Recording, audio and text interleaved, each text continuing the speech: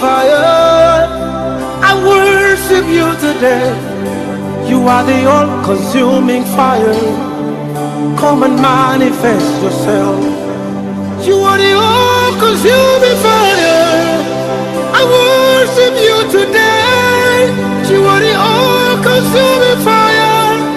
Come and manifest yourself. Yes.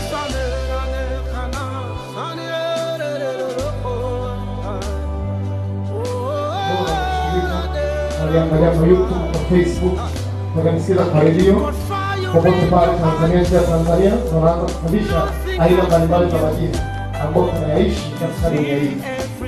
Nataka nianze na namba moja. Aina mbalimbali za nini? Majina. Kama andika. Majina ya kupoteza utayari wa kumtumikia Mungu. Kama andika.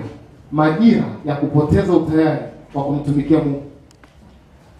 Majira ya mtu au watu kupoteza utayari wa kumtumikia Mungu. Majira, nazungumzia majira. Majira ya kupoteza utayari wa kumtumikia Mungu katika eneo fulani la maisha yako. Tanielewa? Majira ya kupoteza utayari wa kumtumikia Mungu katika eneo fulani la maisha yako. Kuna watu hata sasa hauna utayari kabisa tena kumtumikia Mungu. Ulikuwa muombaji sana, siku hizi hakuna chochote tena. Kwa nini? Umepoteza utayari. Eneo ni wewe. Unakuta uko hapo ulikuwa unapanda milimani mwenyewe bila kuambiwa na mtumishi. Eza unasali TAG, eza FPTC, eza Luserani, eza kanisa mbalimbali. Unakuta ni wewe. Ulikuwa kuna majira ulikuwa unajitoa. Unaenda unafunga milimani, unaomba milimani. Alafu ghafla siku hizi umekuwa kawaida. Yaani usipoomba una shida. Usipofunga una shida. Ukishaona hivyo, umepoteza utayari wa kumtumikia Mungu, na nitakwambia madhara yake. Kuna mtu unakuta alikuwa ni mtoaji sana kanisani. Isa kanisa lolote waliloabudu. Unakuta ulikuwa unajitoa kanisani. Mchango wote ukitokea unatoa. Inafika kuna majira fulani, sio kwamba yeye hauna, haujisikii tena kufanya kile kitu. Unastahili kusikia tu amua kujitoa, kuchangia kazi ya Mungu. Kuna mchango kanisani wa keyboard, wa vyombo, wa kununua eneo nini, hujisikii. Hata ukifanya, unafanya kwa kujilazimisha. Kuja niongee kwa lugha hii. Nisikilize. Kuna watoto wanaenda shule, sio wao wanataka kwenda shule, ni wazazi wanawalazimisha. Kuna watu pia kuja kanisani, sio wao wanataka kuja, ni mpaka tukulazimisha. Tunakubembeleza njoo kanisani. Wewe kama wewe hauna utayari wa kuja kwenye ibada. Kuna watu siku hizi wanakuja kanisani maana wameshawishiwa. Wanaangalia kwenye TV, wanaonyeshwa kwenye TV, kama mtumishi anafanya miujiza, anafanya hivi ndio wanaenda. Lakini watu wengi sasa hivi hawana utayari wa kumtumikia Mungu. Kumtumikia Mungu ni jambo kubwa. Kuna kumtumikia Mungu katika kumwabudu. Kuna kumtumikia Mungu katika kumsifu.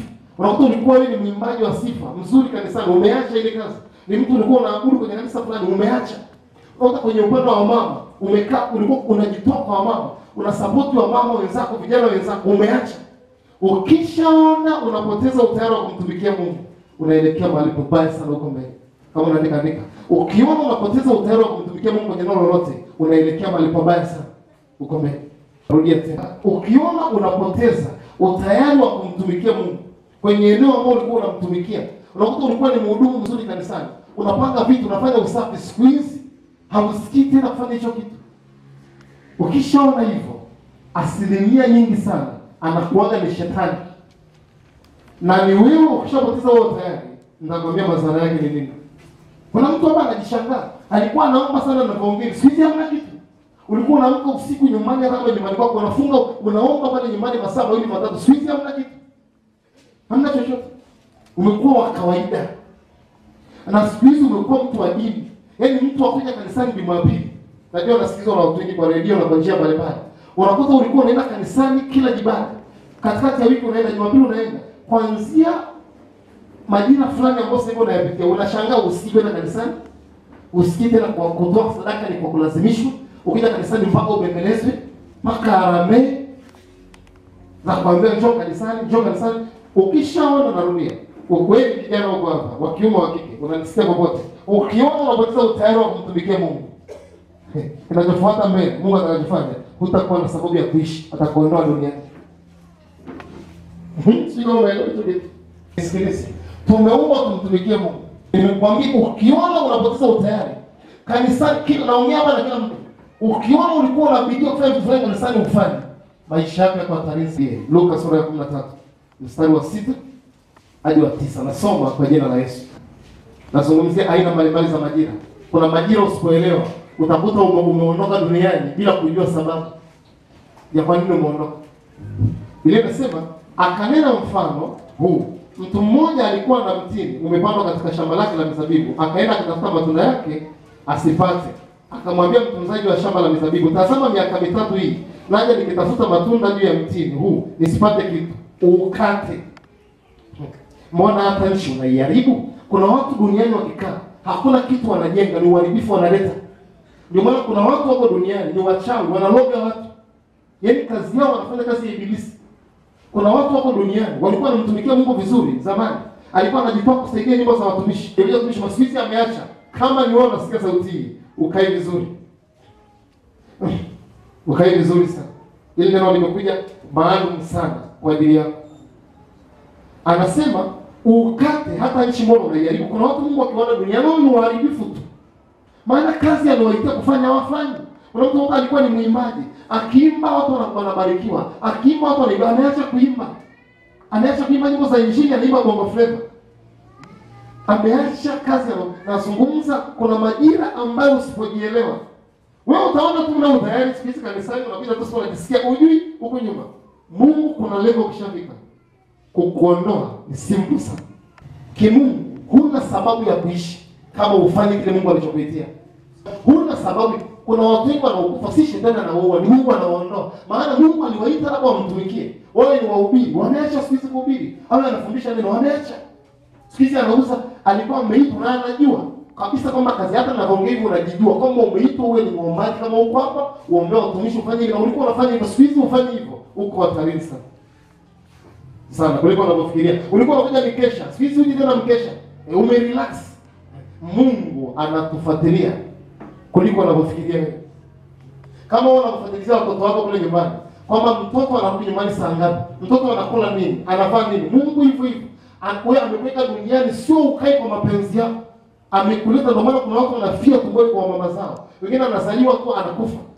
Kwa sababu Mungu amekuleta ukikaa duniani na ufanye unachotakiwa kufanya, kimungu huna sababu ya kuishi. Nimekuambia amenionyesha hilo jambo. Kwa nini akaniambia ndio sababu ya kumuondoa huyu mtu. Ninavyoongea hivi, kuna watu wengi sana wamekufa. Nisingeomba, Mungu nisingejua sababu ni nini. Tungekaa labda kusema ni shetani. Kumbe ni Mungu ananiambia mimi namuondoa kwa sababu hii. Ameambiwa sana asikii. Ameamua sana ile jambo asikii. Hiyo ni kitabu cha Luka. Naendelea Luka sura ya 13 mstari wa 6. Naenda wa 8 na wa 9. Akajibu akamwambia, Bwana, uache mwaka huu, nao hata niupalilie, niutie samadi. Nao ukizaa matunda baadaye vema, la usipozaa ndipo ukate. Huu ni Yesu na Mungu Baba wanashauriana mbinguni. Bwana Yesu, nimekukabidhi hao watoto. Anamwambia huyu mtu kwanza aokoke.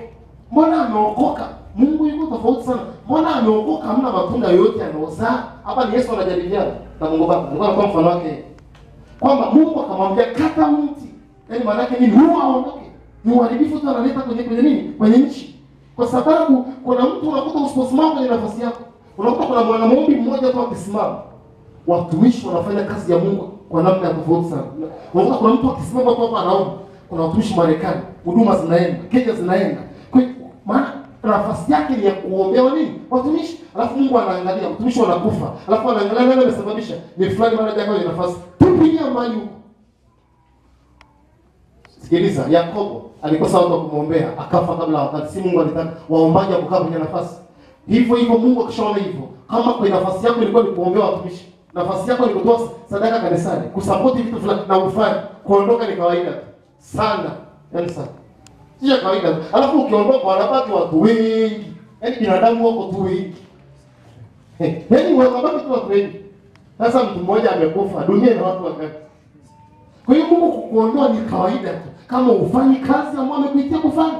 Nazungumzia kwamba kuna majira ambao ni shetani anakuletea unaona ni Mungu. Kuna mtu anasema, "Sasa hivi sijisikii." Hajui nini ninafanya sijisikie. Sasa hivi sijisikii kuchangia kazi ya Mungu kanisani. Sasa hivi sijisikii yani kuomba, sijisikii. Unasema tu ujisikii, lakini hujui nini inafanya usijisikie.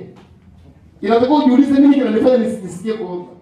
Sio useme tu basi sijisikii. Jiulize nini kinafanya usijisikie. Maana Mungu amesema tukesha tukiomba Nani anakuambia usiombe? Inatakiwa ujiulize sana maswali. Biblia inasema tukisha zinaini tukiomba. Lazima ujiulize kama mbona siku hizi unaomba kuomba. Ni Mungu ameondoa hiyo hapo. Wakati Mungu apigana na Biblia, Mungu amesema kesheni mkiomba. Biblia inasema dumuni katika nini? Kuomba. Wewe siku hizi uombi tena. Alafu unasema kwamba asijisikii tu. Swali ni hili, na jambo la kujiuliza ambalo nzuri sana. Jiulize nani anakufanya usijisikie kuomba. Wakati Mungu apigana na neno, amesema dumuni katika kuomba. Shika sana hilo neno. Shika sana hilo neno. Alafu sio shetani anakuondoa. Unaona hapa, tunaona hapa wasioamini. Anaonesha hapa mtu ambaye afanye kazi ya bidii hapa duniani. Hana sababu ya kufanya nini? Kuishi. Kitabu cha Yohana sura ya 15. Mstari wa kwanza hadi wa pili, nasoma kwa jina la Yesu. Amen.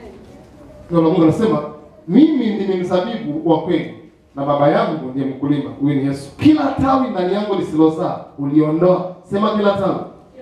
Leo sisi tuliokoka kwa Yesu ni matawi. Anasema kila tawi ambalo lizai, anafanya nini? Analiondoa. Labda niongee hivi. Hata wewe unaweza kuwa na bustani yako, kuna sema unapunguza nini? Matawi. Hata unaweza kuwa na garden yako kule nje, michongoma na nini, unasema unapunguza nini? Matawi. Kuna saa Yesu anaangalia kanisani, anasema wewe una faida gani hapa kanisani? Januari, Disemba, hamna kitu yote anafanya. Sana ni msengenyaji. Akikaa hapa kanisani anasengenya, anagombanisha mama kwa mama. Akaa hapa kanisani anagombanisha vijana kwa vijana. Akaa hapa kanisani anagombanisha mama kwa baba. Ana faida gani ya kuishi? Mungu anaweza kusababisha ajali ya gari, piga vya kule, anaweza kusababisha tu akaanguka akafa. Yaani staili yoyote tu anakuondoa. Na ukifa kwa sababu Mungu amekuondoa staili hiyo, leo unapoelekea. Maana amekuondoa maana ya kufurahia. Utaenda mbinguni? Kuna mahali utaenda. Shika hilo neno. Amekuondoa maana ufanye kinachotakiwa duniani, atakuchukua mbinguni na kupeleka ufanye nini? Maana amekuondoa maana amekukasirikia. Si ndio maana utaenda mbinguni? Kuna watu mko hapa siku hizi ulokole vuguvugu. Yaani uko hapa unatumika mradi tu vuguvugu, mko vuguvugu kabisa. Yesu anasema mtu ambaye vuguvugu atamtapika. Atamsoma nasema atamtapika. Elewa kitu kishakula ukitapika hizi kurudia tena kula. Hivyo kuna watu Mungu akiangalia ni anaangalia kwenye miezi. Labda nayo nabii wangu na wanaongea, labda wewe utabadilika. Ndio maana unasikia sauti. Anaangalia labda baada ya ile neno utabadilika. Urudi kwenye nafasi yako. Usiporudi, nisiongee. Usipokaa kwenye nafasi yako. Labda ni mambo ulikuwa kanisani na bidii.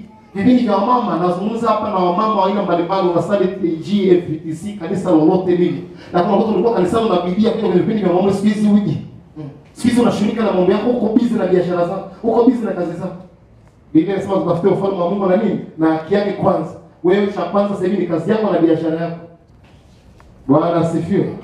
Bwana asifiwe. Sema kila tawi lisilozaa Yesu anakata. Sema sio mtumishi anakata. Sema sio mtumishi atakukata, unakatwa na Yesu mwenyewe. Sema mtumishi atakuwa.